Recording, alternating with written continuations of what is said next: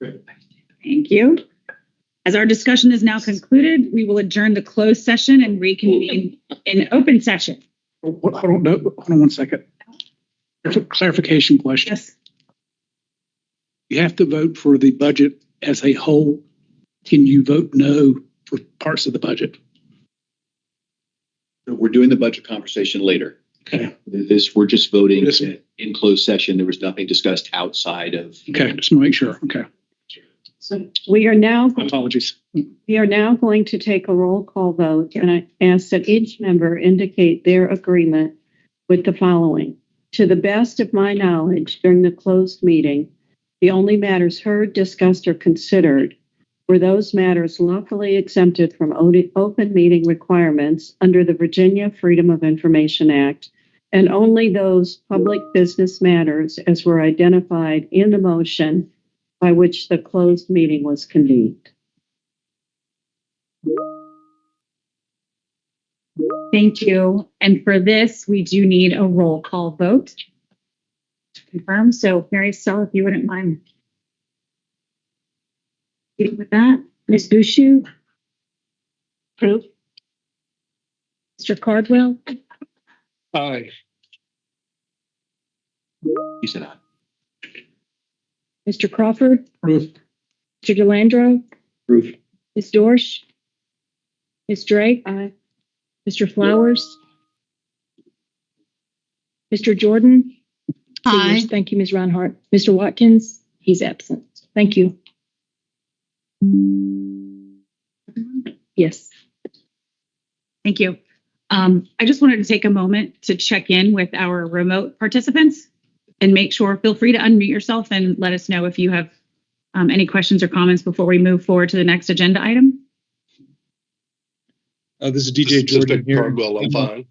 I don't have any questions. Thank you. And I'm watching your chat as well. So hearing none, we will move on to agenda item in open session number 12, revenue sources.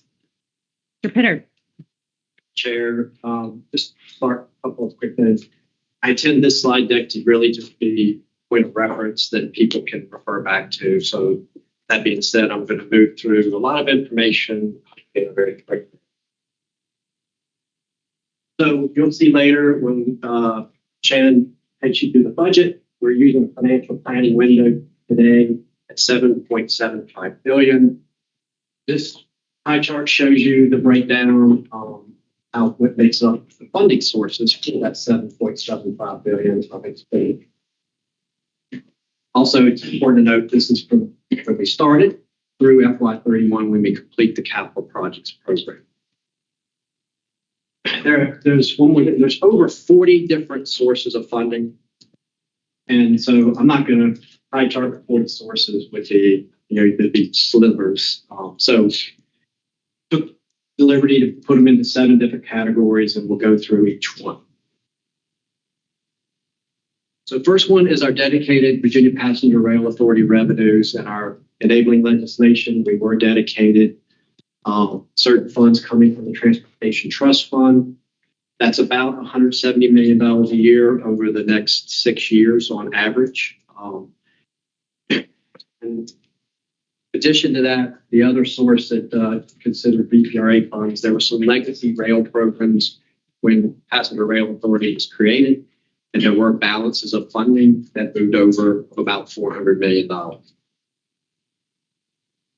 Next slide. This actually is the detail of the actual Transportation Trust Fund, and it shows the major sources. There's a lot of other sources of funding, but these are the major sources of funds that go into the Transportation Trust Fund, and then it shows how that is broken down between highway maintenance, used to be called construction fund, but called Transportation Trust Fund now. Comes down, rail gets 7.5%, and then of that 7.5%, we're getting the 93% here in the very bottom. And that equates to that 170. Excellent. So our passenger ticket revenues. So showing you in the box down below what those revenues were, you see it's been a significant increase. We're talking about one coming on the very backside of COVID. And very quickly, we talked about cost recovery earlier. historically, before COVID, it had been around 70%. We weren't quite sure whether we'd get back there, but in 3 years, we were back to that 70% cost recovery. And I'll say this, there's been discussion before.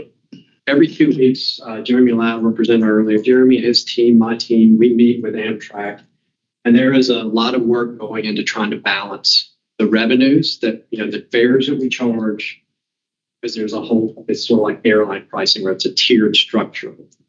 So the fares we charge versus the ridership, and it's a balancing act. And I will congratulate Amtrak because they have worked very well with us the past couple of years. They've allowed us to even propose a fare change for just our fare structure in intrastate Virginia, which, they had before had been very tight to the best, did not want to have that sort of partnership. And I will say, I think it is more of a partnership today versus an us that I'm very appreciative of.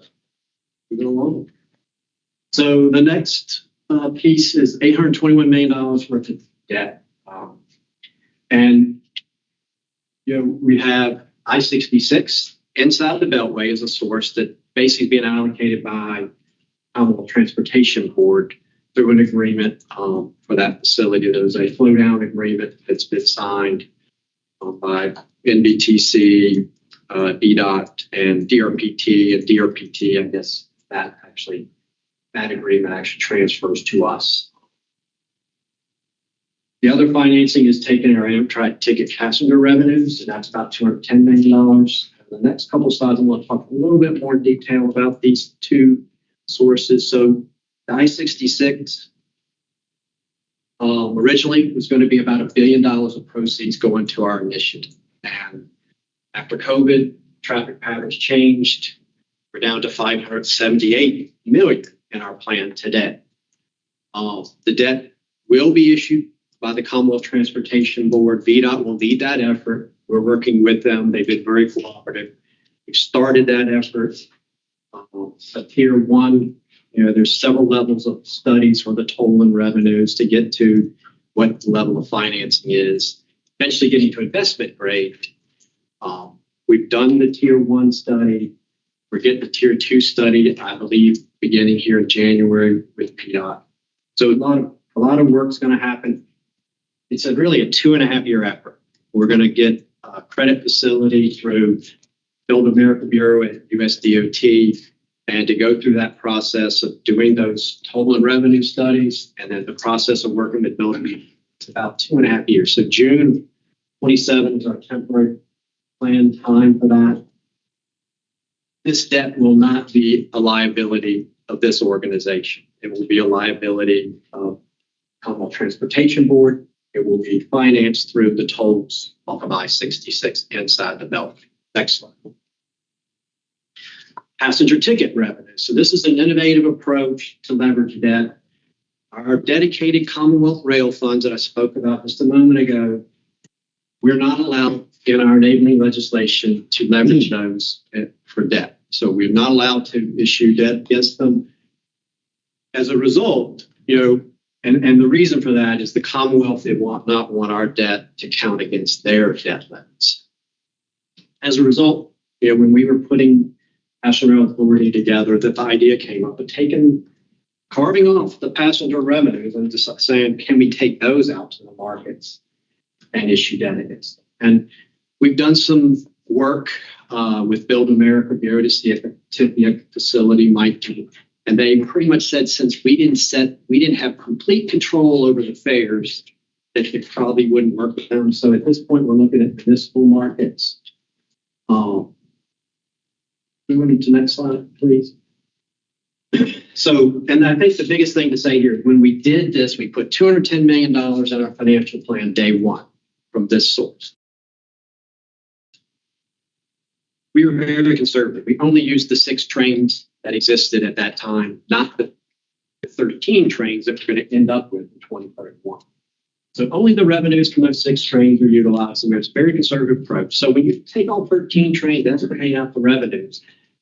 You could think there's potential room for a lot more than $210 million of capacity of debt. That being said, very important here.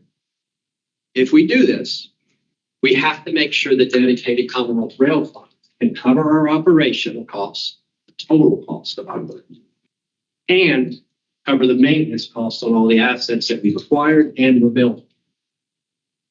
So that's a very important caveat, and we've done a lot of work to define those maintenance costs and those operational costs so that we can better estimate what is it 210 million? Is it 300 million? So, another thing I want to say here, I think this is a more of a longer term solution for this entity, that it's not a one-time, we're going to issue $200 million of debt. Okay, maybe we issue $100 million of debt in the next around 29, I think is our output. And then we may come back 3 years later when we're working on, somebody mentioned the Appomattox Bridge earlier. Maybe in 2033, the revenues from the trains could allow us to issue another $200 million. So it's a longer term source that may go at several tranches of debt issued over time. Last point, this is a liability of this organization. State transportation funding, so not including the I-66 funding we talked about earlier that CTB is in control of. There's another almost $1.5 billion of funding coming from the CTB. And the main point here really is that they control those allocations. And as you will hear later, we take our budget to the CTB by February 1st each year. That's the reason for it. They're a significant investor in our program and our projects. Before we leave here, do want to mention CMAQ funding has been dedicated for operations. It had been, honestly, been on the books probably 7 years. It's a portion of it. And a lot of hard work by my team, legal team, operations team to work with VPRA, FHWA, VDOT, I think over a 2-year period, but sort of a landmark type agreement where we're actually using those CMAQ funds to pay for operations of certain trains. And I won't stake my life on it, but I do believe it's one of the first in the country where these funds are being used for inner-city passenger train operations. But we want to say, I just feel important to say thanks to everybody, because that was a monumental effort, a lot of work to even decide which entity was going to contract with us. Took a lot of effort. Next slide, please. Amtrak capital contribution. We've talked about this before. It's $942 million. It's 30.3% of the phase 1 and phase 2 required qualified investments. The schedule shows when they're making funds available to us. It works basically that they advance us the funds, and then we true up based on expenditures. They advanced about 79 days to us, so we're trying to catch our expenditures up, but then we'll go back to the schedule. That these are when the funds are available from that. So important to note there that they've been a good partner working with us too. Next slide. Federal funds. This is actually, when you add in the CMAQ funds, it's over $1 billion of federal funds. 13 different awards, so a lot of different agreements to work through. FRA is still getting their feet on the ground, and they've come through significantly. I think today, it's added up just under $900 million of that. A little over $1 billion is now under contract. So we've come a long way in the last 2 years. And I think we had a meeting the other day, correct me if I'm wrong, but I think we thought by the end of this year that we're in, we will have all those 13 awards under contract. Next slide. Local contributions. So here we have VRE. We had a funding agreement. When we first started out, we had an agreement for them to provide funding. About $193 million. There's a little bit of pay-go, so it's a little bit of variation to it. This does not include the $155 million that they committed to us for the Manassas line purchase. So when you add that, VRE's contributed about $350 million towards our program. The District of Columbia item here is for the pedestrian bridge on Long Bridge. And then the NCDOT, we're doing the engineering we talked about earlier on the Appomattox, basically from Richmond down to the state line. It's they're providing us a certain amount of funding to do that design work. I think maybe it's 15% design that we're going to do there. And last slide. So just reiterate, over 40, a lot of different funding sources. It's a lot of different funding partners. They all have different rules. Sometimes they want an agreement. Sometimes if the CTV is allocated, we're good to go. So a lot of work going into managing this and then collecting it. That being said, of that 7.55 billion, we collected 2.1 billion today, and I think that's great. Generated $70 million investment income. My team deserves all kinds of work. They're sitting over all kinds of applause for that. It's a lot, and it's generated to help us pay for these capital projects. And lastly, we're always looking for other sources of funding. Any questions?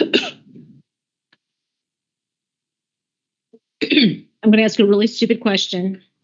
From the federal perspective, Virginia looks dysfunctional when it comes to transportation, just by how we're organized.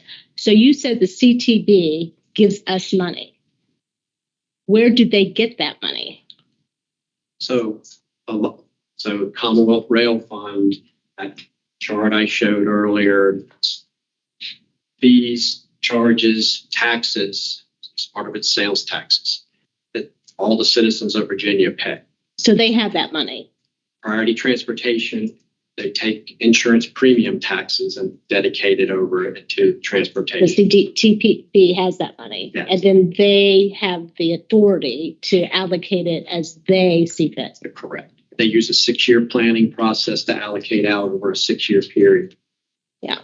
So in most states, you don't have to deal with, usually the secretary or director of transportation is more of a policy person, somewhat budget, but really more policy. But in Virginia, when you deal with transportation, the secretary of transportation handles, all modes, freight, transit, highway, airport, everything. And it's just so unusual because that's usually not how the states are, or most states are organized. Like I think VDOT owns all the roads unless the county opts out, right?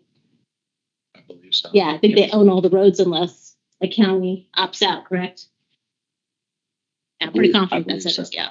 So anyway, so I didn't know CTB set on money like that.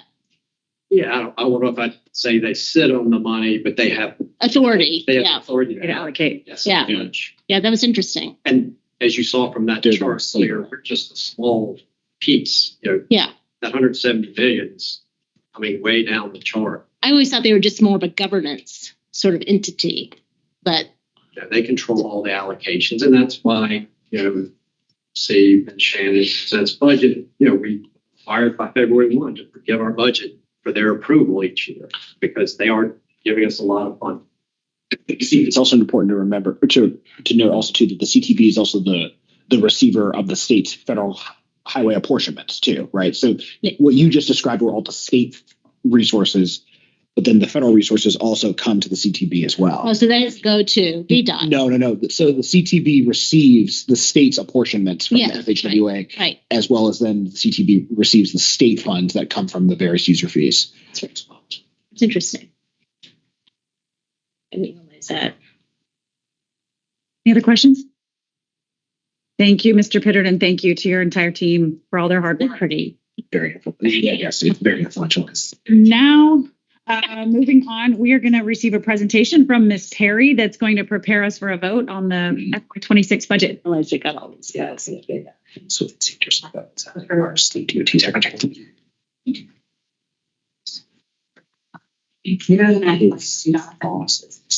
All right, as we alluded to, we are here to bring the capital budget before our board so that we can pass it along to the CTB by our February 1st deadline. So the quick reminder, the two components that the CTB is really going to be looking at and approving are the capital components, so capital projects and capital and operating grants. They're not going to get our 1-year operating budget We bring that back to you all in May. So with that, let's jump into the capital portion of our budget, starting with our high-level view of the financial planning process. Next. Thank you. Okay. As you guys have heard us say over and over again, this process occurs while there's a lot of work going on within the capital projects, our sources. So we're kind of drawing a line in the sand and saying, hey, at this point in time, these are the changes we're reflecting in these main categories. So the sources have gone up within this financial planning window from August to January, $13 million. More good news, we are showing that uses have gone down $35 million. And what that has done is increased the management reserve, the combined amount of $48 million. We're going to go to each of these on the next slide and really explain what's driving these changes. Starting with the sources. Thank you. So this is a really busy slide. I don't know if you guys noticed this, accountants really like to reconcile everything, and this is a testament to that. So let me walk you through it. We have two different timing windows that we're trying to squeeze all this into. So as you just saw, we're going from August to January for our financial planning window. However, we're approving the management reserve within that. So what we're trying to highlight is in Q1, you've actually approved part of this already. We came to you and we showed that, hey, revenues increased and we had some changes in uses. We didn't need as much money for our operations in 24. You've seen that. Q2 is really what's changed. So let's talk through what we're seeing as far as the sources.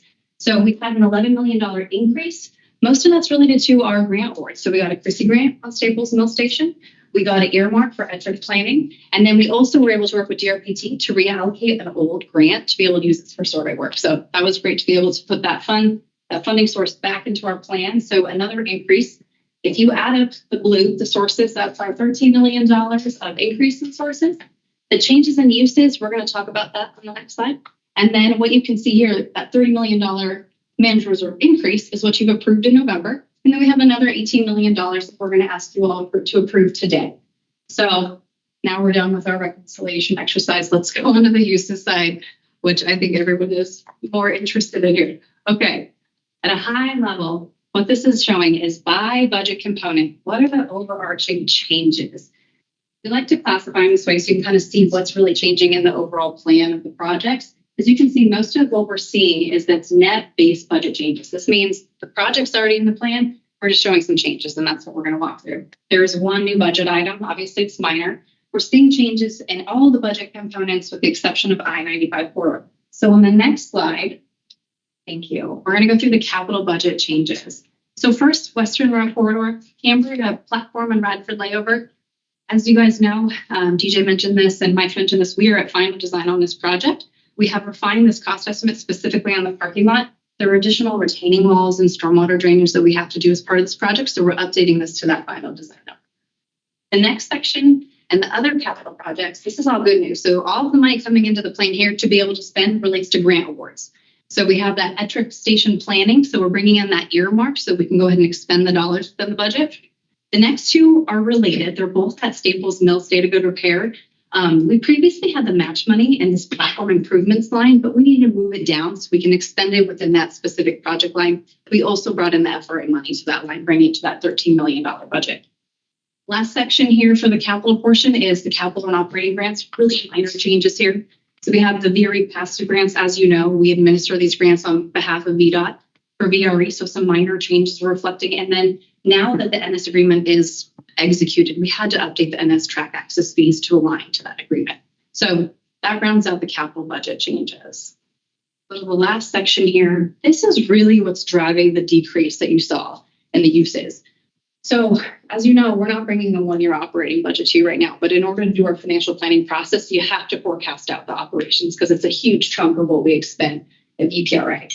So the changes look significant. You are familiar with most of these. So what's driving that $51 million decrease is our significant underspend of budget in 24, which you guys have already researched. So the Amtrak operations, the decrease is related to the pre-0209 methodology that was updated. So we were able to, that was a boon for us. We were able to remove that money from the budget, freeze it up to spend it somewhere else. Similarly, the operations administrative costs, when we did our 24 budget, we did not assume we'd have a cost allocation plan in place. And then we did. So we were able to appropriately take those expenditures and put them onto the capital projects where the level of effort was occurring. And so that ended up being less money spent on operations here. The other one I'll highlight is the VRE access payments. And working with VRE and Mark Schofield over there, We did adjust these access fee payments to align with the current service plans. We were holding some old service plans in there, so we went ahead and refined that. That did reduce the amounts that we pay over this kind of long financial planning window. That is capital budget for this year. I mean, obviously we went over operations. So if you go to the next slide, that puts us here. So January 16th, we are going to ask that the board recommend the capital budget be sent to the CTV to meet our deadline. We're happy to answer any questions on this before we move forward, though.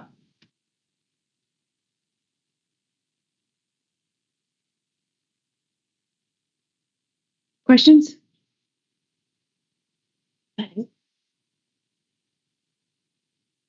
Jana, you speak really fast. Like trying to absorb.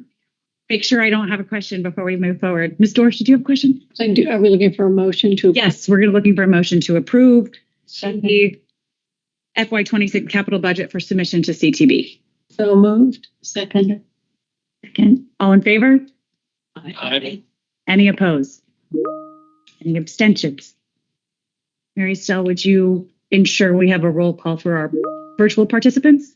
Yes, I'm holding for Ms. Reinhardt, and Mr. Cardwell votes aye, and Mr. Jordan votes aye. Ms. Reinhardt may have stepped away. But we are okay. Motion carries. Thank you. We're going to move on to the next part of this presentation. I'll slow down for this one. No, you're doing great. All right. So if you go to the next slide for me now. Before we get into approving the management reserve balance for Q2, we just wanted to quickly reorient what the purpose of the management reserve is. We've got new faces. We also approved the policy back in August 2023. So we just want to go over this super quick. So what we are very proud of here at VPRA is that we have a balanced financial plan. We have enough sources to actually fund all the capital projects. It's an important process for us to keep that in balance. So what we did right on the onset is we set aside the management reserve. Best practice to make sure that we can continue to fund these projects and we don't end up where we can't complete something. So that's what we're showing here. We can balance the sources and uses. Inevitably, something is going to come up, right? So there's going to be a high likelihood that that uses number is going to need to increase. So we have that unallocated funding that can come in and cover that to make sure that we can still complete all these required projects. Similarly, on the sources side, it could be that, like Steve mentioned, we're doing a lot of refinement on that debt. We could find out we can't actually issue it for what we need, or there's other changes with the CRF because of taxes. So you may be using that unallocated funding to make up for a source as well. So it's just keeping that kind of that scale and balance. That's the purpose of the management reserve. Within the policy, we also put guardrails on about how we want to spend it. And when I say we, I mean you. It's your reserve. You guys are the ones that dictate how we can spend it. So we have the priorities here at the bottom. First is operations. That's what we're here to do. We've got to run the trains. Money will always be allocated there first. Second, we highlighted the required projects, and how the required projects have been defined is these projects, once they're completed, bring new service to the Commonwealth. So I-95 corridor, you got phase 1 and phase 2. Those are the required portions of those. And then also Cambria project out in Western Rail, that extension to New River Valley. So that's what we consider the required projects. And then all of that feels good. We get to a point where we're confident in the numbers. That's where you can do new projects, things they don't necessarily have to do, nice to have. So that's how we've structured the management reserve. We have done this because on the next slide, you're going to have to skip through some animations on this. Sorry. On the next slide, what you'll see is that the balance is pretty high. This is the highest balance we're going to ask you to approve. However, there's a lot of work going on in those required projects to make sure we can fund them. But we do anticipate that probably at the next board meeting, we're going to be reducing this to make sure we can continue to cover all the costs of those projects. So that's the end of this slide here. Any questions I can answer either on the policy or the management reserve balance before we ask the board to approve? I just want to add one thing, and Shannon, you said it, but I want to put a finer point on it. This is a management reserve. That's the board's reserve. So if there's nothing that we can spend on this without your approval. I mean, we can't just say, oh, I think all the projects are funded. I've got a new project. This is money we cannot touch unless you all agree. Then I think it's following up on what Steve said. I want to make sure. Tomorrow, VRE's board approves $155 million for us. That would be added to the management reserve? Is that a lump sum? Not in there yet. No, it's paid over a series. The way the current agreement is structured is paid over a series of years. So if it's approved as it's written, but this is all, our financial plan goes through 2031. So it'd be a 155 lump sum package. Okay, you're correct. So this is officially executed. That's when we'll bring it in, and you'll see it in the next update. There'll be an additional source we'll include. Oh, so it'll be a lump sum in the reserve. Exactly. Well, it'll go in the reserve, and then we'll probably ask you to put it somewhere. But yes, exactly. Relatedly, if, we vote on to approve this, if we didn't approve this, where would the 48 million go? Or the 18 I'm million? looking to the lawyer. I don't see in the policy. It wouldn't be allocated anywhere. It would remain unallocated and just not officially approved. Still a little surplus we'd have that wouldn't sit in the reserve that you control. Yeah, that we couldn't touch anyway.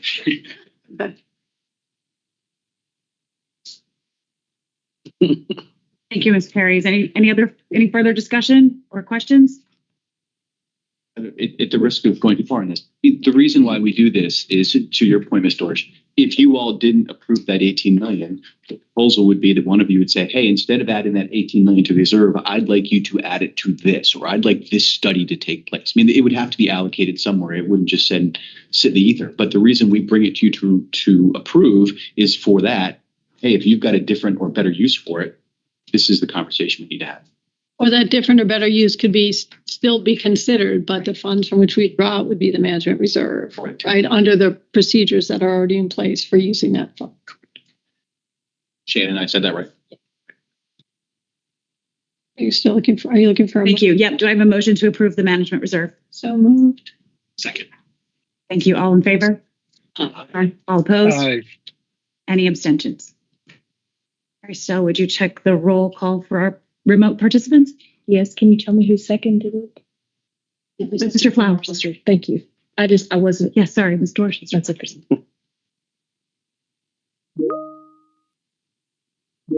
Mr. Jordan and Mr. Cardwell have both voted aye. I believe Mrs. Reinhardt is still. Perfect. Thank you. Moving on to agenda item 14. Our executive director will talk to us about contract activity approvals. I'm Chair. So there are 3 items under, if you go to the next slide, please, Jonathan. There are 3 items under this that we are bringing to the board for approval. The first one is with regard to the Franconia to Lorton third track project. This is a project that has been in our capital portfolio for a long time. It is fully funded. It's over $300 million. We're asking you to approve a project addendum. So you may recall this when we went through the Alexandria fourth track project.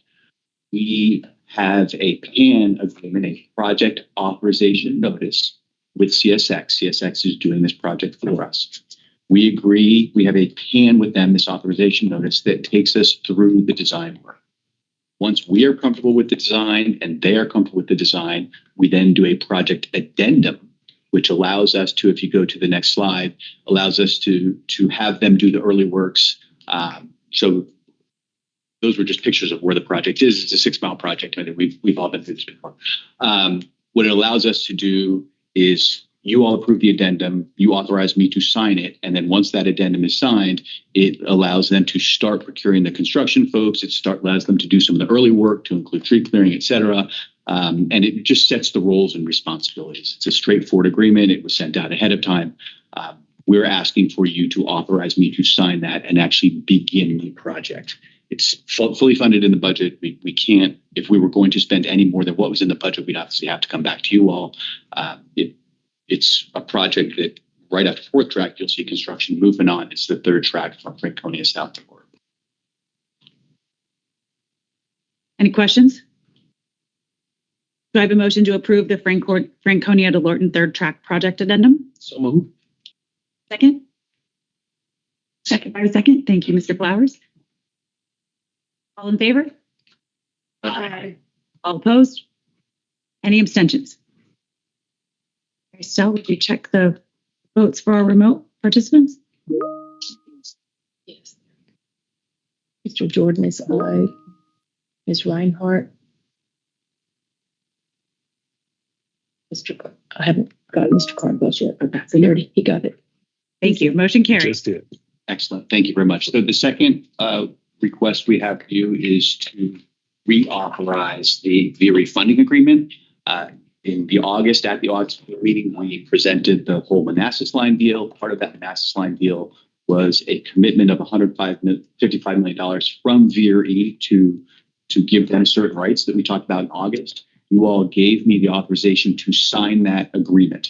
However, it has not been approved by the VPRA board yet, and our bylaws clearly say that any authorization you give me lasts for 90 days. We're past 90 days. So what I'm asking you to do is just reauthorize that same agreement.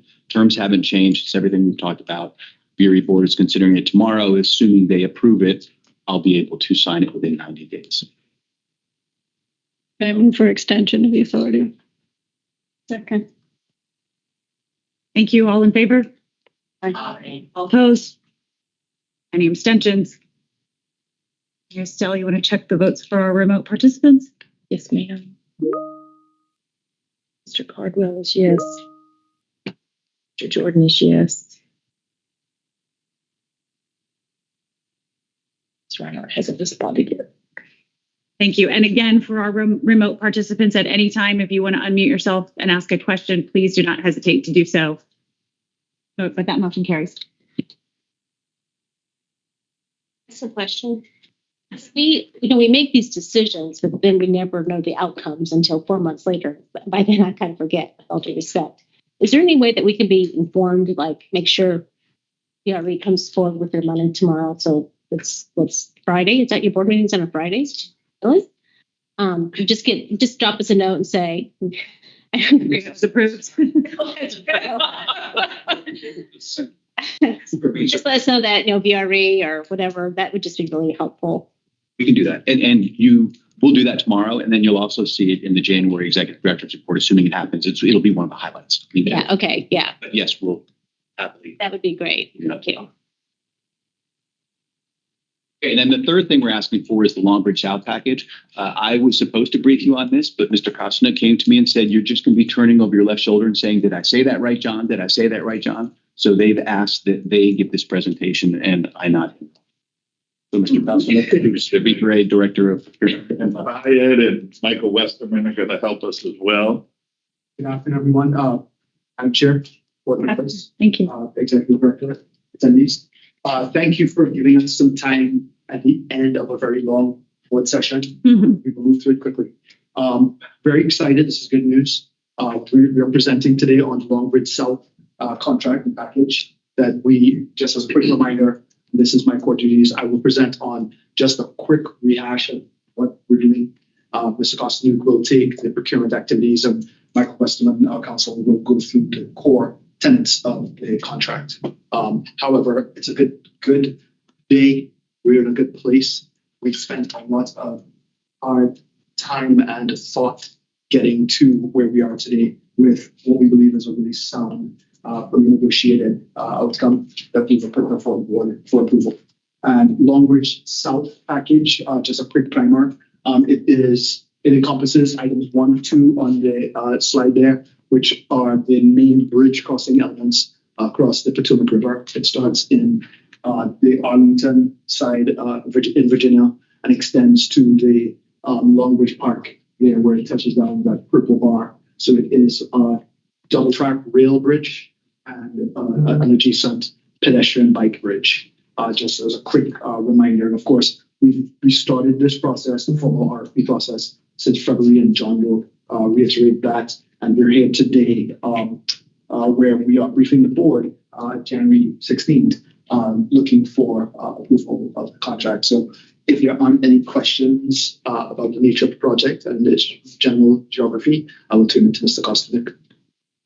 Can I ask you to do one thing? Can you point out abutment B and talk about its importance? Absolutely. So, Michael, thank you for that. I didn't want to wax poetic. I can, but that is a key critical element. So, for our project, we begin, if you consider south to Richmond, page left, and north to Union Station, page right. The abutment B that Michael describes is on the page right, railroad north, if you will, on the NPS band that we're making use of. And what's critical about that is there is a contractual obligation on the contractor for the Longbridge South package to have that abutment completed by a milestone date, because it's critical to the interface with the Longbridge North package, where they must meet and join, so that we have a continuous corridor. Of course, we bid the projects to manage their various risks via 2 contracts, but in essence, it's one continuous corridor.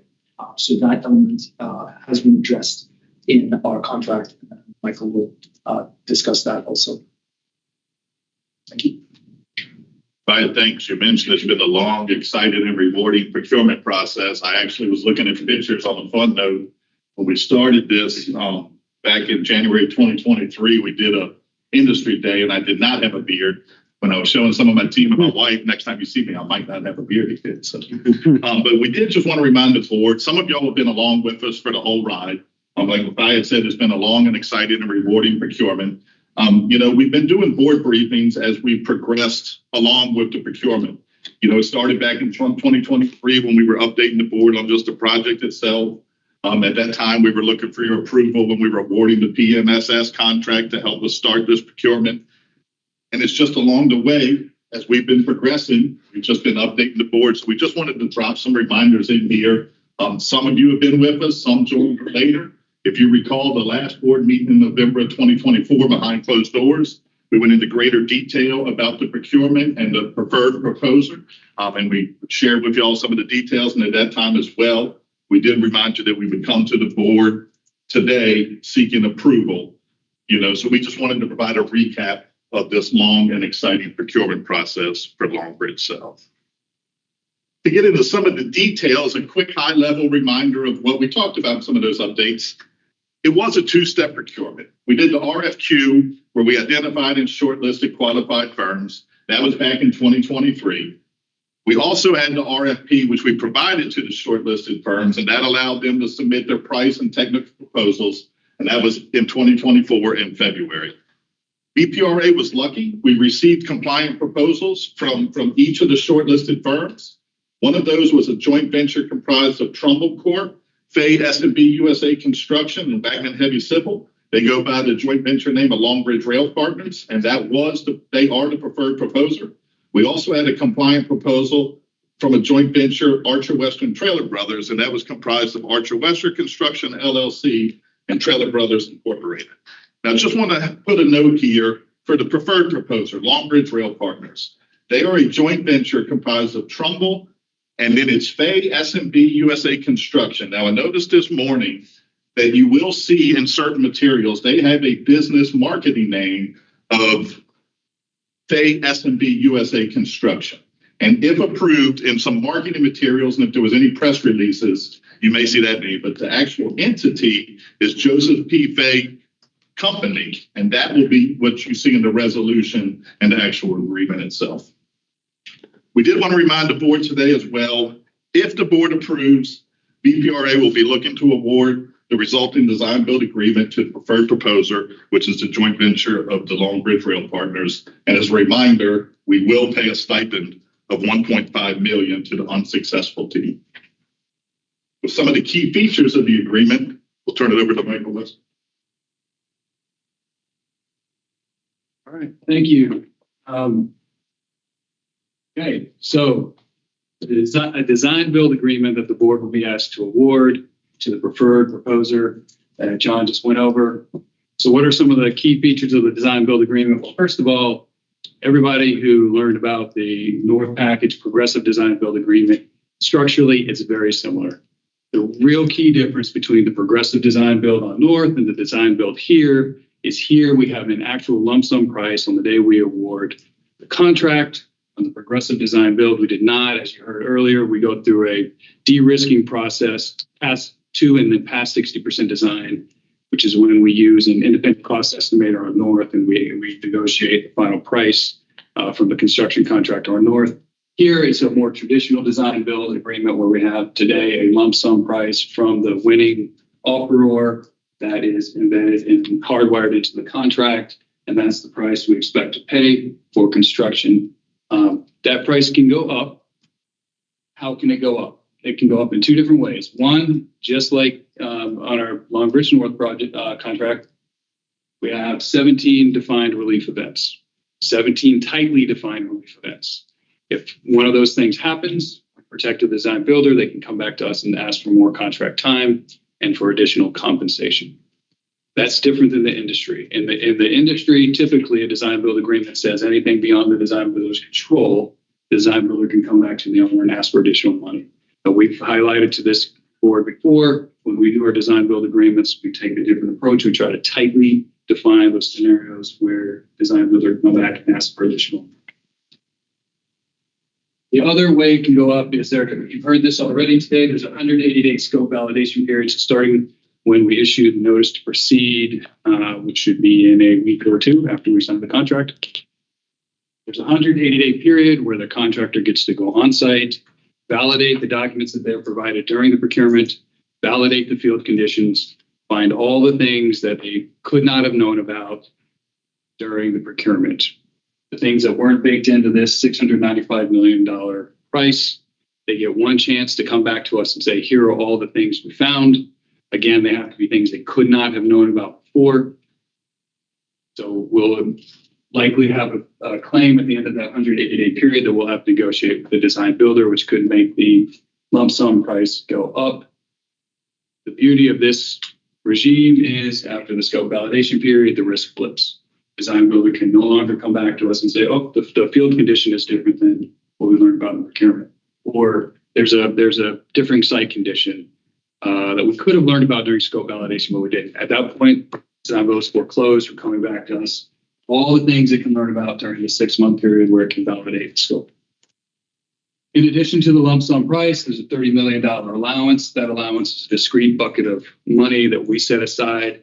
It's going to be unearned compensation, meaning we keep it as long as these 4 high risk risks do not bear out during the contract. If these inaccurate utility information, utility delays, different site conditions, or railroad delays, if one of those 4 things happen within our project budget, we have discrete $30 million that the contractor can come to us and get additional compensation out of. Again, that sits above and beyond the $695 million base price. Another feature of the design build agreement is we have the small and diverse business subcontracting plan. The winning offer will remain approximately 15%. That's a firm contractual commitment to use small and diverse businesses. What most people are probably used to is seeing an owner mandated target percentage to use small and diverse businesses. That's not how we did it. I think you all heard before, if you're using FAA funds, FHWA funds, FTA funds, you might have a project goal that's mandated by the owner. Here, we actually competitively solicited subcontracting plans for using these business entities. And the proposers were scored based on their commitments. So rather than being an owner mandated, this was a competitive procured percentage that then becomes a contractual commitment that the contractor has to abide by during the life of the project. We go to the next slide. All right, a few more key features here. All right, DDOT, that is the District of Columbia Department of Transportation. They're a key player in this project. Why are they a key player? I think y'all have heard we're building a bike and pedestrian bridge as part of the environmental mitigation. So we're building 2 structures in the south package, one rail bridge and one bike and pedestrian bridge. In fact, I can't wait to run across it one day. Let's just build when we build it. When we build it, right. After we build it, once it's ready for operations, a 16-foot wide bike and ped bridge, we will transfer it to DDOT, who will own it and then operate it thereafter. So DDOT's going to have some role. Right now, we're at 30% designer role in the south package. So DDOT's going to have a role as we make future design iterations. DDOT's going to look at the bike ped bridge. They're going to say, we're the future owner of that. They're going to have a role in reviewing the design, make sure they agree with it, make sure it's up to their standards, make sure they have access to operate and maintain it once we hand it off to them. So we have a big role, or a design builder has a big role in coordinating with DDOT throughout the remainder of the design process. And then we have these completion deadlines. I told you a little bit about abutment B. Abutment B is something that our south package design builder has to do in order to accommodate the north package. And it has to do it in time to not slow down the north package. So that is our first deadline by August 2nd, 2027. This abutment B needs to be completed by our south package contractor. Doesn't, there's $130,000 per day liquidated damages that we assess against the south contractor because that contractor is then late accommodating the north package. Why are the liquidated damages so high here? Because you're slowing down 2 projects, right? If they don't get that abutment B done, now they're in the critical path of the north package and now they're costing 2 projects money. All right, substantial completion just means the project is ready to go into operations. Not all the landscaping's done, maybe not all the cones and barrels are moved, but it can take trains. There is a 1,875-day construction life built into the schedule right now. So once we issue NTP1, the clock starts running, and substantial completion will happen 1,875 days later, or hopefully sooner. The bike and pedestrian bridge has additional time. It has another year after substantial completion of the rail assets to be completed. That is because it's not critical to the passenger rail, it's not critical to unlocking additional service. It's simply environmental mitigation. And in fact, we have additional time to get that done in our agreements with VPRA, NPS, and our federal partners. Finally, final acceptance, that happens when everything's done. That happens once all the trash is picked up, all the barrels and cones are moved, all the landscaping is put in, and all the as-built are done, all the warranty materials have been provided to us, the owner, and we say we're done, we make a final payment. That happens, you can see the later between these 2 dates, either 30 days after the bike and ped bridge is done, or 120 days after substantial completion. And then we have various liquidated damages that apply if the contractor's late. I already told you about above 80 and explain why they're so high. Substantial completion, same value per day as the North package for late completion. $95,000 a day is a lot, but it's really a function of the consultants and contractors we have to carry to administer the project. Once we hit substantial completion, we're in operations and we're just closing down these 2 parts of the project. Our costs daily come way down, therefore our liquidated damages come way down. So that's just $26,000 a day if they're late on either the bike and ped bridge or final acceptance. And there's a $100 million max that the contractor can get hit for late completion liquidated damages. Right. That is a brief overview of the contents of the design build agreement. I can answer any question Joe may have. Michael, is the when you talked about the ways that that the price could go up, is it the $30 million for the kind of unforeseen events? Is that Exhibit K in the agreement, or is that the one with the defined events, the 17 defined events? It's not the 17 defined events. No, it's the 30. Let me correct that. It's actually 4 of those 17 defined events. The 4 likeliest, riskiest. Okay. The ones we did not want design builder pricing in with contingency into that lump sum. Okay. It was utility and agri utility. So that's the 30. So that's what this exhibit is describing is that $30 million bucket potentially. Correct. I think you memorized the exhibits better than I did. Exhibit K, what's the title? Extra work and delay cost specifications. Extra work and delay cost. That is going to govern when we are in a relief event scenario, and that's going to measure how we pay. That is a little bit different than the $30 million allowance I'm talking about. The $30 million allowance is something that we say if there's a high likelihood of these events happening, we don't want you to price it in. We don't want it. We want to keep that money if these risks don't ever bear out. But if they do, it's readily available and it's an easier process than that exhibit you're looking at. Okay. A change order for extra work, which is a much more onerous process for the design builder to get additional money from us. Sorry. Yes. 4 quick questions. Voting to approve to award the contract to the joint venture with Trumbull being the major primes. Is that what we're going to do? 8% of the JVs. I don't care. No, I don't care what it's that joint venture with the 3 entities. Yes, exactly. Yes. Let's vote on that today. So that Okay. joint venture. And then my next question is, what was Trumbull's? I don't know any of these firms at all, which doesn't mean anything. But what were their past performance? Do you recall some of their past performance? As far as some of their other projects? Yes. I got so many other RFPs Okay, in my head, that's I didn't say them, but they were a very qualified. We looked during the whole RFQ and the RFP at some of their past projects and their performance and such. And we were lucky that we have world-class interest, and this joint venture brought in some great qualifications on other projects. Yeah.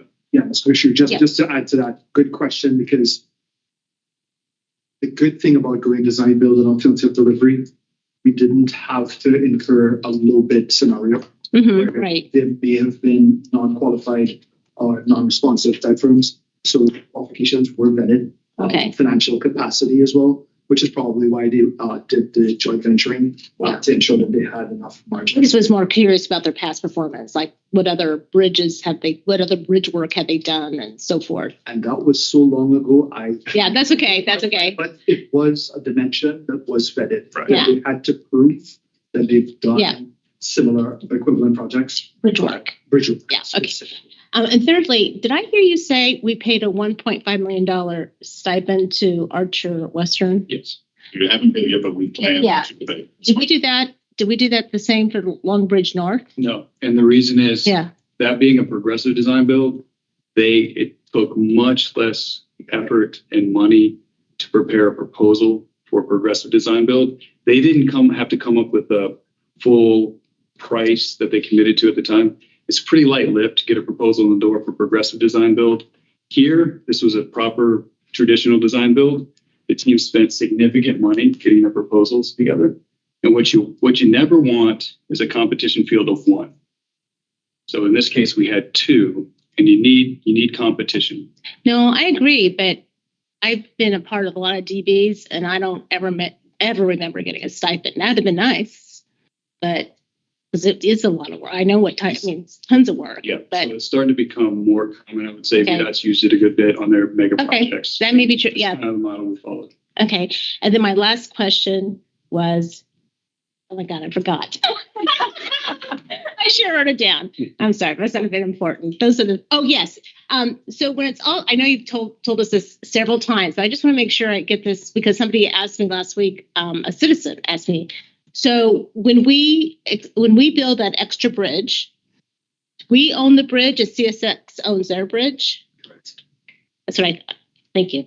Just to close the loop, I do know that Fay, as part of the JV entity, Yes. is also a part of the Susquehanna Bridge replacement for Amtrak. Oh, okay. But these aren't Virginia firms. Pennsylvania. Pennsylvania and Trumbull has built bridges in Pennsylvania, West Virginia. Oh, okay. Thank you. Michael, is it true that the stipend also, we purchased the alternative technical concepts That's true. That's another great point, Steve. It goes to purchase the intellectual property of the. Oh. So it's Yeah. there is some consideration for it. I understand. I just don't want to get into the habit of doing that. I mean, that's a very generous stipend, 1.5. It's very generous. Just one question. When you came back to brief us on this, say in like late 2023, was it the same procurement schedule as we're with today? Were you planning to award January 2025, or has the schedule slipped? See, we are scheduled. It's so far we're proud, and industry is very excited and shocked that we've been able to maintain schedule. So yes, so far on this procurement and actual others, kudos to the VPRA team that yes, we've been able to maintain on schedule. Right, that's so important. It is. there's some package. Well done. Well done. Let's say well done when the bridge is built. Yeah. 1,875 days is March 6, 2030. We can say well done then. I won't be here, so I'm. Everybody knows it's kid. I mean, it's been a tremendous effort. Folks have been, it's a lot of work. The level of due diligence that has gone into this has been very impressive. And so everyone should be proud. Any other questions? Great job to your team. Thank you. Do I have a motion to approve the Long Bridge South package as presented? I move approval. Thank you, Ms. Dorsch. Second. Thank you. All in favor? Opposed? Any abstentions? Mary Estelle, would you check the votes for our remote participants? Yes, I have Mr. Cardwell and Mr. Jordan both voting aye. Fantastic. And Ms. Roberts. Motion carries. That's a big deal. Congratulations. Well done. Thank you. And finally, we're going to move to agenda item 15 and receive an employee engagement update that we missed last meeting. So Joan for Bonnets, thank you. Let me just kick this off. So you've heard me say this a number of times. Safety is the most important thing we do, but building a team and setting the culture is right up there with our priorities. And we talk about that a lot. A couple meetings ago, a board member came to me and said, look, you talk about culture. Tell me some of the things that you do as an organization to build that culture. And we said, we should probably brief the whole board on that. So we're supposed to do it the last meeting. We ran out of time. Thankfully, this meeting we held right to the calendar. So thank you for that. And so that's really why Joan is here to talk about really our cultural history, so to speak. Thank you for that introduction. I am very proud to speak to the culture work that we have done, but I will highlight at the onset, the culture is not my responsibility. It has something to do with everyone in the organization, and we all contribute to what you'll hear is a really nice success story. We do take our culture very seriously at VPRA, as seriously as we do any other aspect of our business. I would encourage the folks, there are employees sitting in the room. I would encourage you to chime in if you have a story or a point that you would like to make that I don't necessarily cover. What I will highlight here is it's been an evolution. So VPRA started in 2020, but we really didn't have the employees until the second quarter of 2021. By the end of the year, we hired 14 people, and we knew at the onset what our mission was. So what we were looking to accomplish was very clear. What we did in 2022 is we worked on a cultural foundation where we designed our values and some early mantras that took hold in the organization that we tried to live on a regular basis as well. In 2023, we held culture conversations to see how we were doing with that. And then in 2024, just in the summer, this past summer, we conducted focus groups as well. So as with anything, if you measure it, people pay attention to it. This is our way of measuring what we're doing. What I'm going to spend some time on is then giving you a high-level overview of some of this activity. If you'd like to go to the next slide. In 2022, I mentioned we established our values. We had our mission. We knew what we were going to do. The values highlight for us how we want to go about accomplishing those. So it has a lot to do with focus and behaviors, fostering leadership and public service. We talk a lot organizationally about financial stewardship, innovation, and excellence. Again, just in today's discussion, we've heard examples throughout the day where we're living these values and doing things differently. The important point I'll highlight here is these values came from the employees that were here at the time. It was a very collaborative effort. We had lots of discussions and lots of debate about what was most important for us as an organization. We had a really, really unique opportunity to build something from scratch. And so we started focusing on culture from day one. And we started talking about how we wanted to be with each other and with our stakeholders from the onset. That is a unique privilege. I spent 7 years working at Amtrak. They had 40 years of culture before I ever got there. That's a very difficult thing to shift. On the right-hand side, you'll see a number of the mantras that I had mentioned. These are the things the behaviors we try to emulate every day. Speaking up, if there's an issue, let's escalate it and talk about it. There's no sweeping under the rug. There's no hiding it and hoping it goes away. If you've got an issue, let's talk about it. My experience personally and professionally is if you leave something unaddressed, it only gets worse. So, and the other thing we talk a lot about is putting the work where it belongs and assuming positive intent. We are all working towards that same mission.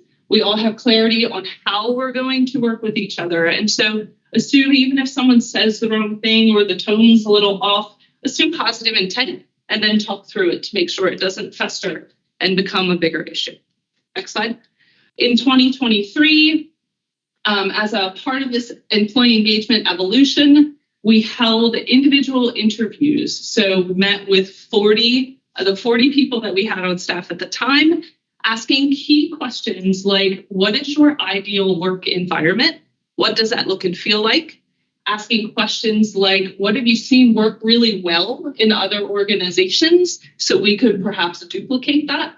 Or what have you seen work not so well in other organizations? What would you like us to avoid from a culture perspective? We got a lot, if you look at we got a lot of great feedback there. What we found most importantly in 2023, most predominantly, is there was a very clear overlap between what their ideal work environment was and what we already had in the short time that VPRA had been established. So that took us immediately to a high level of employee engagement and a high level of employee satisfaction. As with any good conversation, we got feedback from the leadership about the leadership team at the early onset. The early feedback was very approachable, very accessible, very involved in a good way, which is always a pretty funny caveat because a lot of times you'll get feedback on leadership and saying they're a little too involved, right? They're micromanaging. Very clear that involved in a good way. The employees expressed appreciation. They felt coming from the leadership team. So they feel appreciated, they felt valued.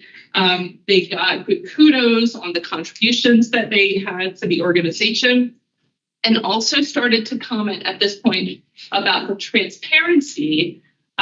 We try to share everything we can with the right people and make sure they're aware. But the folks in the organization, they don't want things sugar-coated. They want to know what's going on and why and how we can pivot and what we need to address and or what's going great and we need to repeat. You go to the next slide for me. These are some of the words that they use to finish this sentence. There's a lot of great stuff in here, right? Who doesn't want to be known as hardworking? Chaotic in a fun way makes me giggle. A little bit scrappy is probably my favorite. But again, these are the words that people were describing VPRA as an organization to work with. The next slide, I will not read to you either, but it is really nice to hear these sorts of things about a new organization. And I can't begin to stress enough. It was chaotic. It's still chaotic. There's a lot going on. We have been very privileged, and I say this when I have the opportunity. We've done an extraordinary job of hiring very, very talented people in the organization, and we let them do their thing. And that has worked very, very well for us organizationally, and they're responding to that as well. Of course, there were some good cautions, which is very helpful to us. What we knew at this point was we had created something very special, and we wanted to maintain it. We knew at that point we were going to hire more people. We were about 40 people. We were probably going to double. We're right in line with that. And so we want to maintain that specialness, that piece that was working for us organizationally. What we heard predominantly is preserve what's good, and there's a lot of good. So a lot of keep doing what we're doing. Continue to hire appropriately. So we have been very deliberate about making sure and waiting to fill positions. At a time when it's chaotic, it is very easy to fill positions and get someone in the seat instead of making sure you've really got the right fit. And that right fit is always twofold. Is it really the right talent for the organization and what we need? And is it the right culture fit? And so we've been very deliberate with our hiring practices. Staying the course came up as well. Don't move too fast. Don't make decisions for the wrong reasons. A lot of do the right thing came up. A lot of conscious effort to minimize the growth pains as we move forward. And really being mindful that at this point in time, we were transferring from kind of out of our infancy into an organization that had been established at least a little bit. So those were the cautions. From there, leads us to July of 2024. Again, lots of check-ins to make sure we're still on course. We had 9 focus groups in July and over a dozen individual conversations. These questions were to gauge morale as a whole, and again, to identify what was working and what was not working. The most consistent feedback, again, very much a point of pride for everyone in the organization. There's a high level of satisfaction. There's a lot of engagement and a lot of pride in what we have created from a team perspective. We collected and provided, once again, feedback on the leadership team as a whole and individually. The partners and consultants, there's a lot of feedback this time with the partners and consultants as we continue to gain momentum. How do we establish and maintain really good relationships with the folks that we're working with? How do we improve the relationships that were existing early on? And we've been working with those partners and consultants to share that feedback throughout. Communications was a hot topic as well. Lots of collaboration, and kudos for the collaboration, but lots of requests around even more information sharing. This is a bit of a plight, and I will pause here if anyone has great ideas or has seen something that works. What we have is a lot of people who want to know everything about everything, and I just haven't figured out quite how to deliver that. So we have a lot of conversations organizationally about making sure the right people know, right? Does finance need to know? Does procurement need to be aware? What about legal communications? Are the right people involved at the right times? But as we have updates, and you're very aware of how fast things can change, are we making sure that we're communicating with as many people or the right people or everyone? And then, anyway, I'll get into more details if you have questions. Meetings was a hot topic for us as well. Feedback around some folks feel the pressure that they have a lot of meetings. So their day is full of meetings, leaving them not much time to get their work done or the action items that come out of the meetings that they attend. Are the meetings as effective as possible? We've done work around best practices with meetings. You've seen us demonstrate a commitment to try to start and end on time out of respect and making sure we get to the right topics. Challenging balance when you need to engage in conversation and discussion, but something we work at very regularly. Interpersonal behaviors, there were lots of requests for networking opportunities as we continue to grow. As we established our second office in Alexandria, folks recognized early on they liked the culture, but things were going to get different. We were hiring more people. We were hiring in a different office. What does that look and feel like? So how can we bring folks together and make sure they stay connected? How do we, again, as we grow and have different offices, avoid silos that could become detrimental to the success of an organization? Giving and receiving feedback, conflict management, right? Conflict and differing opinions is a normal part of business. How do we as an organization tackle that? And then a lot around accountability, holding ourselves accountable, holding each other accountable, empowering folks to do what they need to do, to make decisions. Not everything has to be escalated to the ELT. We have hired, as I mentioned, great people. Let's trust them to do their jobs. Let's keep the type of organization that allows for mistakes without fear. And so that has been very, very well received as our organization grows as well. Most frequent positives I mentioned, being a great place to work. People enjoy what they do and how they do it. Organizations filled with smart and talented people, very much committed to our mission. There is a real passion throughout the organization around rail and these transportation solutions that we are bringing to life. Folks talked a lot about being very proud of establishing a legacy. There is something very challenging, but really cool about being a part of something new like this. Very proud, lots of pride in being a front runner. Again, some of our conversations have highlighted where we're leading the pack and we're thinking very differently and innovatively and doing things that are just helping us with our long-term success. And lots of feedback around feeling very proud of the reputation in a short amount of time that we've been able to forge in the industry, right? John was just up here talking from a procurement perspective that people are surprised we're on time and on target with some of these things. And that feels really good that we can make a commitment and work really hard to achieve it. And so that's been great. Trust and respect came up as a frequent positive as well. Folks feel trusted, they feel respected. We talk a lot about we don't have a lot of egos in the organization. And so it doesn't matter what level you are. If you need to have a conversation with someone, have a conversation with someone. Again, it doesn't sound like a big deal, but I'm sure in our careers, we have worked in organizations where that is not always the case.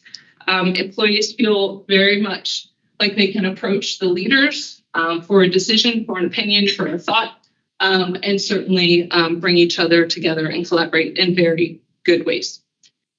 The most frequently mentioned concerns, project challenges. We're starting at this point. This was, again, July of last year, starting to see some signs of stress as the projects begin to progress. Reliance on others to move the projects forward, right? Not every decision is ours. We have a lot of stakeholders with a lot of big voices and a lot of different priorities, and that's not easy to navigate. Some thoughts around, we don't know what we don't know. We work really hard to think through a lot of scenarios. We work really hard to forecast what might come up and to have a plan for that and a backup plan for that if the plan doesn't work. But we don't know what we don't know. And we've talked as a board about some examples that surprised us. We couldn't forecast some of the challenges. But we've also demonstrated how nice and nimble and lean we can be in pivoting and learning to be adept. And that's working very, very well for us organizationally as well. I mentioned it's tough to prioritize when you've got different stakeholders. And so organizationally, we see that and we feel that. Meeting deadlines and public perception. Again, we've got lots of great examples where we are on target. We've got some challenges where we're going to slide at some point. I'm not jinxing us. Don't give me a dirty look. But things happen, and we know that. And what I will highlight from an engagement perspective is the folks in the organization feel a tremendous amount of pride and responsibility to fulfill those obligations. Great work, on time, on budget, within scope. So lots and lots of pride. These concerns, John, yes. Just to share a story, Joan, you asked for it. Maybe procurement, I mentioned before, I was proud of the team for keeping us on schedule. Maybe some of those roadblocks where they said deadlines, there was twice during this South procurement where I had to keep the team till 10 p.m. Something came up and we did something creative and we all voted on it. But, maybe I was part of the conflict where they're saying they're keeping us till 10 p.m. But we came up with strategic ways that met everybody's needs and kept us on schedule. And we were able to do flexible stuff on the back end. So I appreciated the team and all the teams to kind of change schedules to keep us on schedule. And just stuff like that, I find rewarding. And everybody gets a different reward from the team. But I've been here 3 years and I am very proud of VPRA. We're all leaders, so a lot of times I'll say no to the team or we have procurement rules or guidelines. Maybe I'm the bad guy, but we always look at it from a business sense, take the best business case and get results. I've been too many places in my 31-year professional career where if somebody says no, they just go to their separate corners and don't get results. So I just find it rewarding. And I thank VPRA for the culture that we can, once they go left, once they go right, and we'll do the right business case and get results. John told me no yesterday that I couldn't present South package, and I'm still here. John, thank you for that. I appreciate it. If you go back to the next slide for a second, a lot of this stuff, what I'll highlight, these concerns, they're perfectly normal and they're part of the nature of our business. You can't do large projects like we're doing and not have multiple stakeholders and not hit bumps in the road. What I'm very proud of is the team's ability to pivot and to navigate and be nimble and just figure it out in creative ways. We'll continue to address anything that comes up, and we'll do that collectively. On the next slide, the path forward, I'm very committed to continuous improvement, even things that are going well. What else could we be doing? How could we make it even better? And so what I will remind folks, culture will eat strategy for breakfast day in and day out. And so having the kind of culture that we have, we don't take that for granted. That's why you'll see very deliberate measures to just keep an eye on it and really get our heads wrapped around and keep our heads on kind of what's working and what's not working.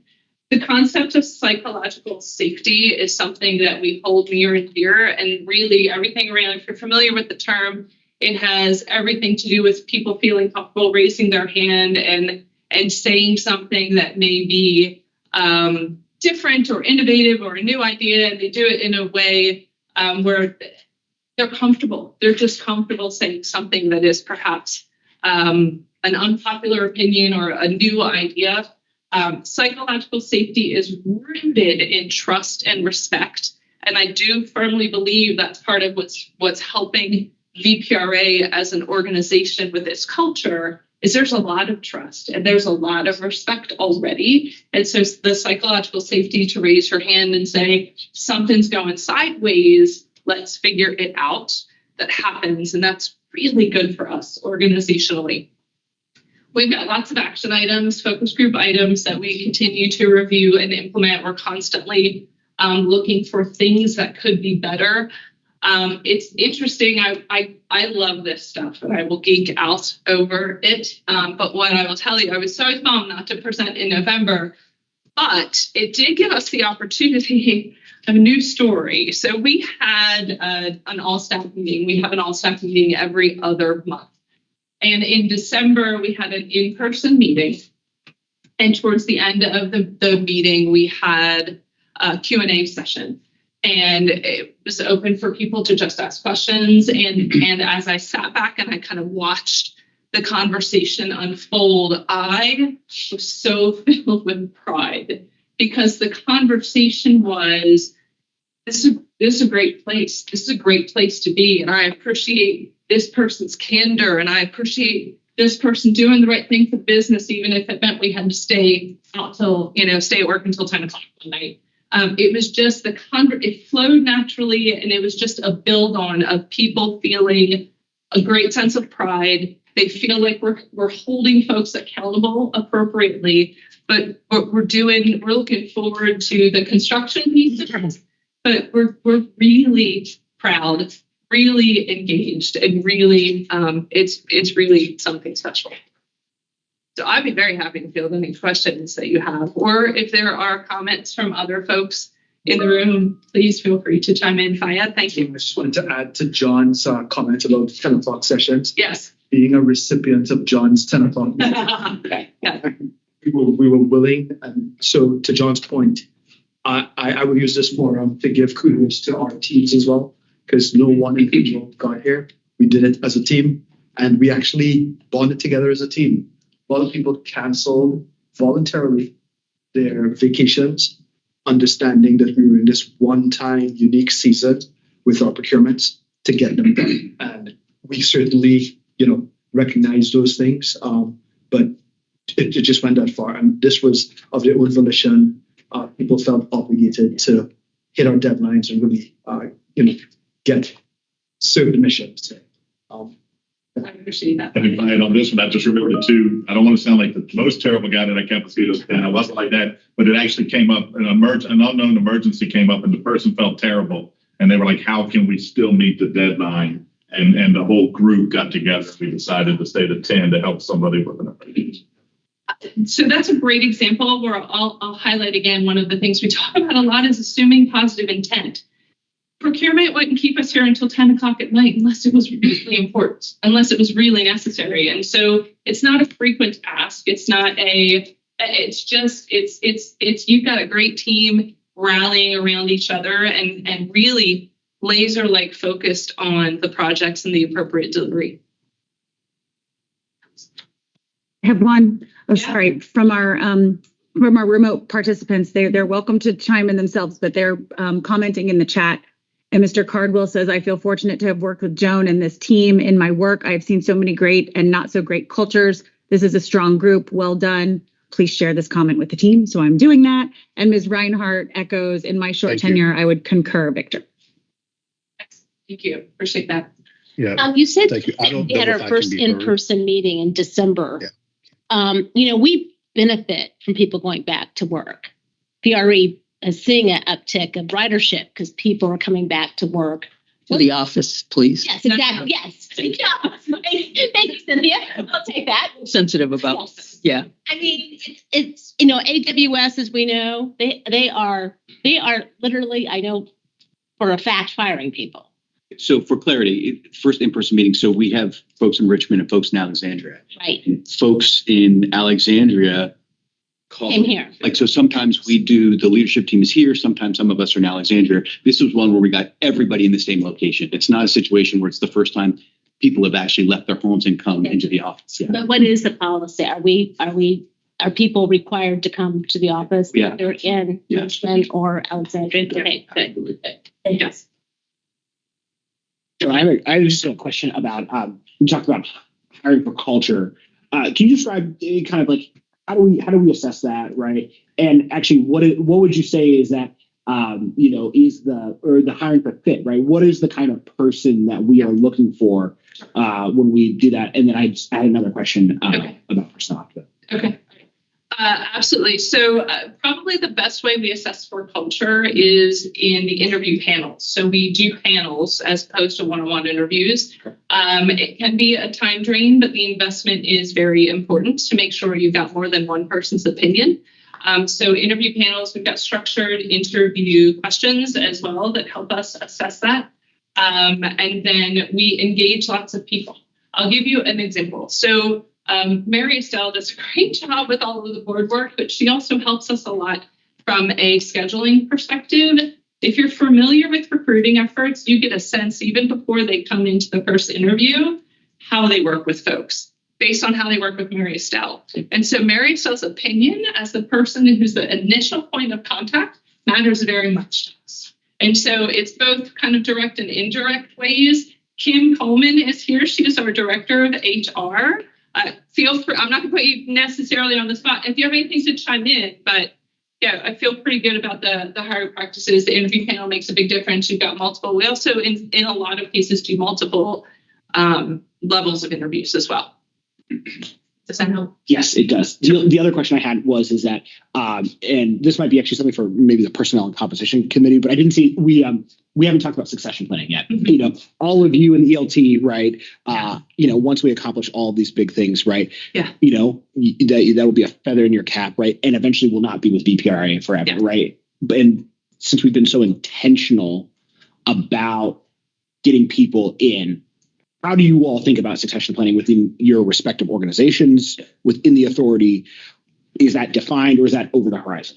So that's organization-wide, that's next. So when we talk about kind of action items, focus group implementation, but we've got some administratively, some bigger things that we want to tackle. Succession planning is one of those.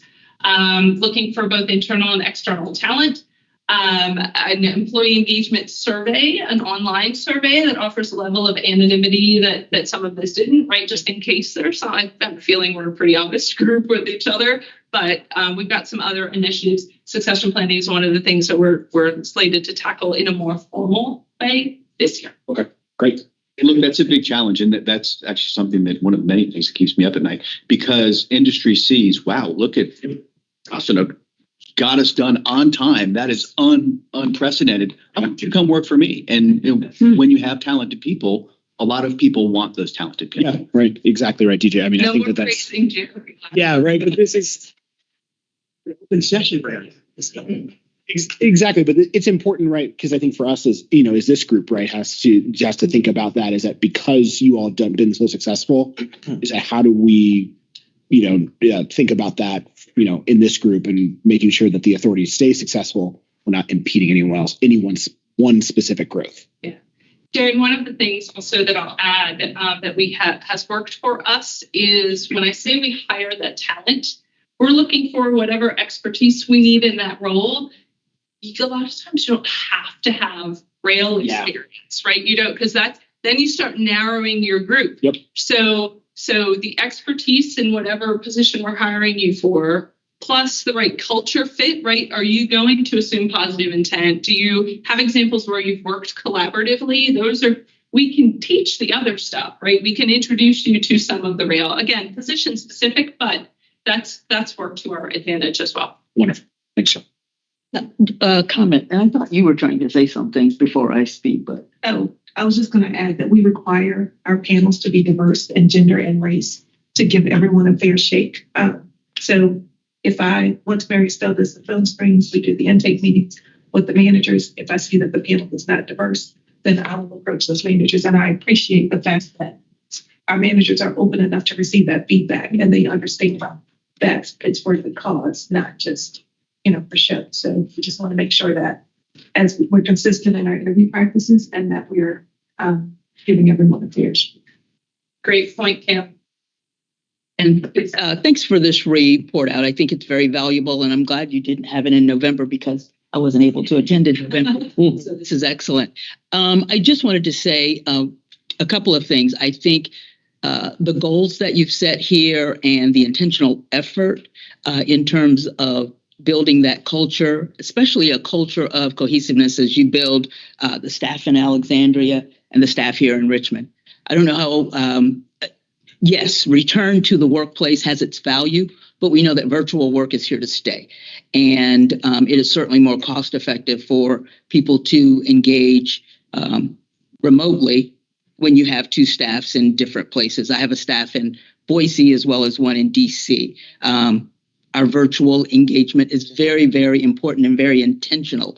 And to be able to bridge that culture in the very Southern Richmond culture and the different paced Northern Virginia culture, it's a skill, but it does require that continuous engagement.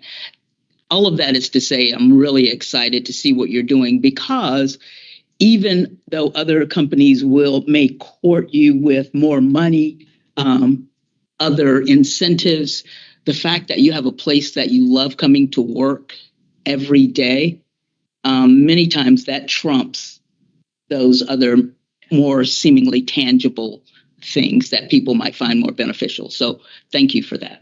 Thank you. Appreciate your comments. Joan, do you have a set telework policy, or is it? Yes, we do. Everyone in the organization comes into the office multiple days a week. And I think most everyone in the organization works remotely 1 day a week. Yes. Every week, 1 day a week. John? One more thing, Kim, you didn't even know it. I was at a business development event the other night, and somebody actually came up to us again. Kim recently received a reward for VPRA. And if you want to talk about the reward, but they had two people tell me at business developments they appreciate what Kim had brought up when it talks about job applicants. And Kim, I'm going to butcher the way you worded it, but people are recognizing it, and industry's recognizing that maybe we're getting the talent, maybe we're poaching the talent, because the postings will say, do you meet whatever some of the qualifications, or a large percentage. It's just, I found out from Kim and HR and in the industry at these two events that a lot of people will say, well, I meet 9 out of the 10 qualifications, but not all 10. I'm not going to apply. But even that little blip that HR put in, I think it allows us to see the right applicants, and then, maybe somebody will apply that is the culture fit and everything. So kudos to Kim and HR for adding that. People are recognizing it and should receive a reward. Last point that I'll make, because again, it's a point of pride for the organization, is every month we share with you the executive director's report. That pie chart that shows gender diversity is near 50%. And that is impressive and very much a point of pride. So I'm happy to talk to anyone offline or share whatever things we have learned along the way if you're looking for more detail. But yes. Just one last thing. You also said doubling our staff. That makes me very nervous. DJ, I don't mean to be the skunk the skunk at the garden party, but I really do think we need to watch staff, FTEs. I mean, again, we're at 62, 63. We do not have operations, right? We do not operate. We don't have control over operations. We are building, construction, and we have 30 consultants? 31? How many consultants? Around that number, yeah. We have a lot of consultants. So, I'm just really concerned about that FTE number, really concerned. And plus, with all the consultants that come with it, I don't want to micromanage, but I think we better very sensitive about that. I will make clear when I was giving the timeline, when we first did the interviews that I had mentioned, kind of that first round, we had about 40 people. From the onset, we always assumed we'd be about 80. So when I said double, we were going from 40 to about 80 based on our future forecast. We're at 63 today. So we're certainly not doubling from here, but I wanted to make sure that. No, I know. I was for 40 to 80. I got that. I have a question from having been newer to this. From the time of VPRA's inception, was that kind of forecasted FTE discussed at that time, or was that kind of something you had to figure out once you became organized? Yes, and I'll look to the other ELT members. So when I first joined the organization, we always thought we'd be less than 100 people. But as it started to structure, we needed to wait and see, right? A year ago, we wouldn't have forecasted. We would have had additional folks working on right-of-way, but that's an imperative business need that needs to be tackled. So it evolved. We assess as an ELT. We're constantly talking about what we need and what we don't need. We have a lot of conversations around what's most cost effective. Do we have enough work to keep a full-time person busy? Is this something we could outsource? We do take that value that I had up there around fiscal stewardship very seriously. And so we're constantly looking at the cost benefit to make sure that if we're adding an FTE, it makes sense in the long term, as opposed to something that we could source differently. Yeah, I know last time we talked a little bit about when you hire internal, sometimes it actually replaces consultant work. So continuous updates on how and when that happens, I think is beneficial for the board. That's right. And that's part of, if I can say, I do it all the time. Thank you, Shannon. When I highlighted put the work where it belongs, when we first started organizationally, we had a small handful of people and we're very reliant on the consultants that were in support. As we hired full-time employees in the right positions, we started to pull that work and put it with the right employee. And again, very much at a cost savings to make sure that we're meeting the expectations of the Commonwealth. Mike? Chair Robinson, to answer your question, back when we were discussing legislation, the General Assembly to enable us, the 80 person was what we talked about, the General Assembly back in 2020 timeframe. And that legislation passed in early 2020. So when Jennifer Mitchell was director, that was the number that she was talking about with legislation. Okay, thank you. That's what I was curious about, Ms. Bushu. Yeah. How big was DRPT, the rail division, DRPT? Oh gosh, back when it was only $500 million program. More than I can answer that. It was 58 to 60 back between, what were the dates? 2010 to 2014, but that was rail, passenger, and freight, and it was transit. So the rail department was much smaller than the transit department. Most of the people were transit. How many people do you have today? 60. It's very close. 67.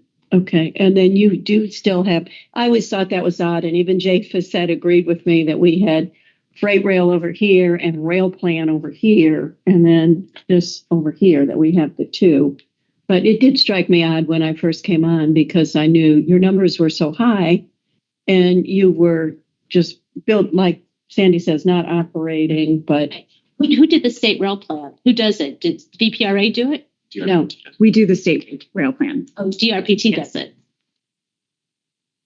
So it struck me odd because there was such a difference and a big difference in salary. I think you lost a lot of DRPT people to Virginia Passenger Rail. So, and I don't know, do most state employees get bonuses? We never gave bonuses, but I know you want the best people and we want to get that done. And as Sandy said, we don't want to micromanage, but we want to understand what's going on. I'll tell you, my very first board meeting, I didn't even get here. And I had a phone call from a board member about wanting me to agree to this, what I thought, huge salary. And I knew nothing about this group. I just said, no, I'm not going to vote for that. So it kind of was odd. And I think you asked a really good question about how did this get set up? Because most of us don't know. And I know when I first came on the board, most of the board members were people that were involved from the very beginning. So that was a disadvantage because they knew what all the behind the scene things were. And then a few of us were just walking in under Governor Youngkin. Yeah. So the intent of that legislation is important. And we have, I know Mr. Cardwell is trying to speak, and I think Jonathan is working with him. Okay, we're having some trouble. So I'm going to read his last comment for the benefit of the rest of the board. He says, regarding succession planning, I'm sorry I can't be heard at the moment, but the fit of this organization mirrors the leadership. You don't find this mix of culture with poor leadership. We should always provide guidance as a board, but this team is very good. I agree with the comments about the work environment, remote or otherwise. So with that, and barring any further discussion, we are going to adjourn this meeting for today. Thank you. Good question. 3:22. Oh my goodness. That's fantastic. Well,